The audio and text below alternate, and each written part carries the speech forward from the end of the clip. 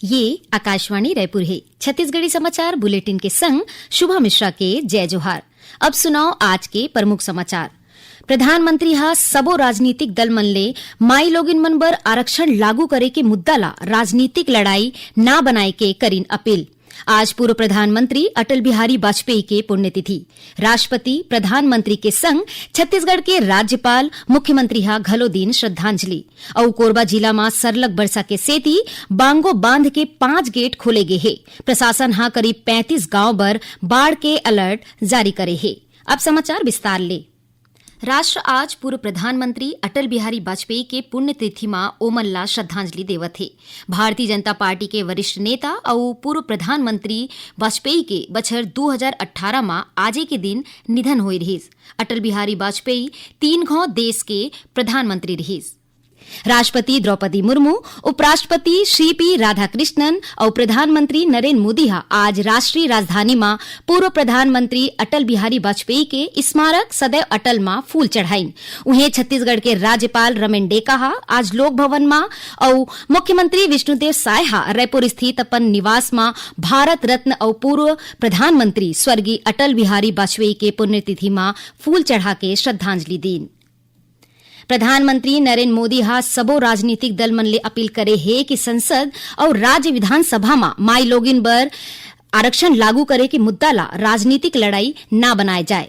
स्वतंत्रता दिवस के बेरा में लाल किला के प्राचीर ले राष्ट्र ला संबोधित करत हुए प्रधानमंत्री हा कहीन कि सबो दल आगू आए और माई लोगिन मन ला सम्मान देवत हुए सुनिश्चित करे कि लोकसभा और राज्य विधानसभा में माई लोगिन मन ला तुरते 33% प्रतिनिधित्व मिले। राष्ट्रीय परीक्षा एजेंसी एनटीए हा ए बछर जून में होए यूजीसी नेट परीक्षा के 84 विषय के आखिरी उत्तर जारी कर दे है। उम्मीदवार 18 अगस्त तक ए उत्तर ला चुनौती दे सकत है। एकर बर यूजीसी नेट पोर्टल में ऑनलाइन आवेदन करना होही। हर उत्तर में आपत्ति बर 200 रुपया देना होही। उम्मीदवार मन ला अपन आपत्ति के समर्थन में दस्तावेज घलो जमा करना होही। एनटीए हा कहीन कि कोनो आने जरिया ले भेजे गे आपत्ति स्वीकार नहीं करे जाही। एनटीए हा उम्मीदवार मन ले केवल अपन आधिकारिक वेबसाइट और सत्यापित सोशल मीडिया हैंडल में दे गे जानकारी में ही भरोसा करेला केहिन है। छत्तीसगढ़ न्यायिक अकादमी डहाले आज रायपुर में न्यायिक अधिकारी मन बर 1 दिवसीय संभाग स्तरीय न्यायिक सेमिनार आयोजित करेगीस। एमा रायपुर, धमतरी, बलौदा बाजार और महासमुंद जिला के 141 न्यायिक अधिकारी मन हा भाग लीन। समारोह ला संबोधित करत हुए छत्तीसगढ़ उच्च न्यायालय के मुख्य न्यायाधीश रमेश सिन्हा हा न्यायिक प्रणाली ला ज्यादा प्रभावी और प्रौद्योगिकी अनुकूल बनाए पर जोर दीन। मुख्य न्यायाधीश हा कहीन है कि ऑनलाइन लेन देन, डिजिटल प्लेटफॉर्म और नवा तकनीक के बढ़त उपयोग ले आर्थिक अपराध जटिल होवत है। भारतीय न्याय संहिता 2023 के प्रावधान ला समझत हुए न्यायिक अधिकारी मन ला साक्ष्य के सावधानी पूर्वक मूल्यांकन करना चाहिए। सेमिनार में आर्थिक अपराध, दस्तावेज साक्ष्य, जीरो एफआईआर, ई एफआईआर और चेक अनादरण ले जुड़े कानूनी विषय में चर्चा करेगी। मुख्यमंत्री विष्णुदेव साय आज रायपुर स्थित एक निजी अस्पताल में कैंसर इंस्टीट्यूट के शुभारंभ करीन। ओमनहा संस्थान में उपलब्ध उपचार सुविधा और आधुनिक मशीनरी के अवलोकन करीन। मुख्यमंत्री हा कहीन कि कैंसर मरीज ला अब एक ही जगह में जांच, उपचार और जरूरी चिकित्सा सुविधा मिल सकी। ओमन कहीन कि ए संस्थान अवैया समय में हजारों लाखों लोगन मन ला अच्छा कैंसर के उपचार देवाए में जरूरी भूमिका निभाही। कार्यक्रम ला विधानसभा अध्यक्ष डॉक्टर रमन सिंह और स्वास्थ्य मंत्री श्याम बिहारी जायसवाल हा घलो संबोधित करीन। छत्तीसगढ़ी समाचार बुलेटिन आप मन आकाशवाणी रायपुर ले सुनत हो। छत्तीसगढ़ की खबर ले है आपकी वास्ता और खबर के विश्वसनीयता ले है हमार वास्ता। आकाशवाणी समाचार रायपुर के प्रादेशिक समाचार बुलेटिन के संगे संग हमार समसामयिक कार्यक्रम आप रेडियो के संग अपन मोबाइल में घलो सुन सकत हो। आकाशवाणी समाचार फेसबुक, ट्विटर और यूट्यूब में घलो हावय। हमार फेसबुक पेज हरे Chhattisgarh news on AIR, Twitter handle CGAIR news और हमार यूट्यूब चैनल हरे छत्तीसगढ़ AIR न्यूज। तो अब रेडियो के संगे संग आपके मोबाइल के माध्यम ले हम आप तक पहुंचत हन। छत्तीसगढ़ की हर खबर पर सुनत रहो आकाशवाणी समाचार। अब आगू बाढ़बो बाचे समाचार कोती। मुख्यमंत्री विष्णुदेव साय हा काली स्वतंत्रता दिवस के मौका में लोक भवन पहुंच के राज्यपाल रमन डेका ले सौजन्य भेंट करीन। ए मौका में मुख्यमंत्री विष्णुदेव साय हा असम में आए भीषण बाढ़ ले प्रभावित लोगन मन के सहायता बर छत्तीसगढ़ सरकार कोती ले 5 करोड़ रुपया के सहायता राशि के चेक राज्यपाल रमन डेका ला सौंपिन। वित्त विभाग हा पर्यवेक्षक मन के 50 खाली पद बर सीधा भर्ती ला मंजूरी दे दे हे। एकर बाद महिला और बाल विकास विभाग हा भर्ती प्रक्रिया बर आदेश जारी कर दे हे। ए नियुक्ति ले आंगनबाड़ी केंद्र के संचालन, पोषण अभियान के निगरानी और विभागीय योजना के मैदानी स्तर में अच्छा काम बर मदद मिलही। उन्हें सरगुजा में नवा क्षेत्रीय महिला प्रशिक्षण संस्थान के स्थापना ला मंजूरी दे गे हे। संस्थान के संचालन बर 12 नवा पद के सेटअप ला घलो स्वीकृति मिले हे। एमा उप संचालक, सहायक संचालक, सहायक लेखाधिकारी और डाटा एंट्री ऑपरेटर के संग आने पद शामिल है। महिला और बाल विकास मंत्री लक्ष्मी राजवाड़े हा कहीन की नवा नियुक्ति ले विभाग के काम करे के क्षमता बढ़ी और माई लोगिन मन के संग लइका मन ले जुड़े योजना के लाभ ज्यादा प्रभावी ढंग ले हितग्राही मन तक पहुंचाए जा सकी। दुर्ग जिला के भिलाई मां पाचुरथिया एक सीएनसी टैंकर ले अचानक गैस के रिसाव होए लगिस। सूचना मिलत ही दुर्ग पुलिस मौका में पहुंचिस और टैंकर ला सुरक्षा घेरा में ले के बाद नेहरू नगर गुरुद्वारा तिराहा ले अवई जयवई डायवर्ट करेगिस।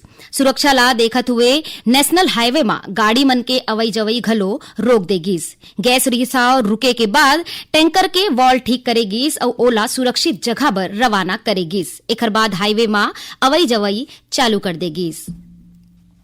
छत्तीसगढ़ में शैक्षणिक सत्र 2026-27 बर कॉलेज में प्रवेश के आखिरी तारीख बढ़ा के 31 अगस्त कर देगे है। उच्च शिक्षा विभाग हा इस संबंध में आदेश जारी करे है। अब राज्य के जेन शासकीय और निजी महाविद्यालय मन में सीट खाली है, उन्हें लइका मन दाखिला ले सकी। एकर पहली प्रचार स्तर में प्रवेश के आखिरी तारीख 31 जुलाई और कुलपति के अनुमति ले 14 अगस्त निर्धारित रहीस। उच्च शिक्षा मंत्री टंकराम वर्मा हा कहिन है कि दूर दराज और ग्रामीण क्षेत्र के कतकोन छात्र समय में प्रवेश नहीं ले सके रहिन। छात्र मन के हित ला ध्यान में राखत हुए ए निर्णय ले गे है जेखर ले योग्य विद्यार्थी मन के एक बछर खराब नहीं हो और ओमन उच्च शिक्षा ले छूटे छन।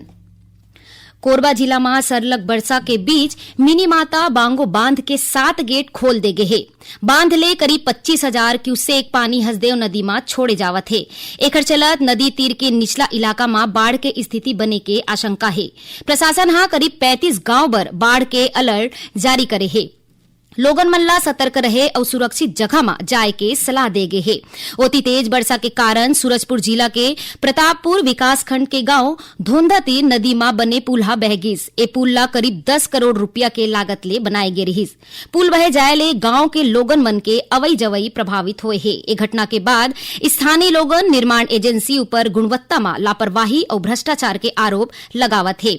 उहे महासमुंद जिला के मुड़मार बांध में काली 15 अगस्त के नहावत एक मनखे के डूबे ले मौत हो गिस। जानवा के अनुसार ए मनखे अपन 5 दोस्त मन के संग मुड़मार बांध घूमे बर गे रहिस। एही बीच मौसम विभाग हा अवैया 2 दिन के दौरान उत्तरी छत्तीसगढ़ के कुछ एक जगह में भारी ले अति भारी वर्षा होए के चेतावनी दे है। उन्हें प्रदेश के कतकोन जगह में हल्का ले मध्यम वर्षा होए के संभावना जताए है। आज मंझनिया के बाद राजधानी रायपुर के संग प्रदेश के कतकोन जगह में ज्यादा वर्षा होए है। अब थोड़कुन समाचार सारमा।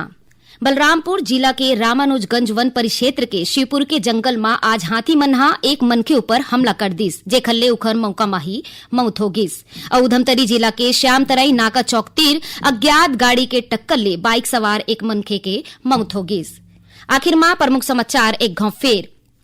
प्रधानमंत्री हा सबो राजनीतिक दल मन ले माई लोगिन मन बर आरक्षण लागू करे के मुद्दा ला राजनीतिक लड़ाई ना बनाए के करीन अपील।